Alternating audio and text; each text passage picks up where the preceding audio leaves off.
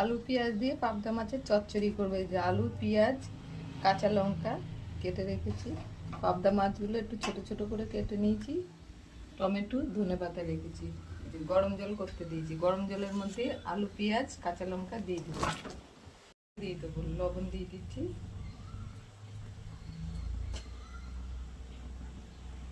হলুদও দিয়ে দিলাম, তেল একটু বেশি করেই দেবো, তেলটা কাঁচা মাছ তো। সামান্য একটু গুঁড়ো গুড় দিয়ে দিলাম,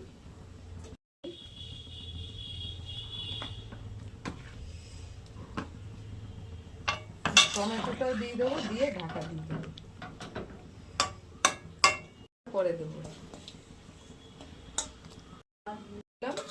হয়ে গেলে দিচ্ছি, হয়ে গেছে, এবার নামিয়ে দেবো। একটু ঝোল ঝোল রাখলাম, নামিয়ে দিচ্ছি। সবাই খেতে পারবে, তেল মশলা কম দিয়ে এইভাবে রান্না করবেন, যে কোনো মাছের হবে।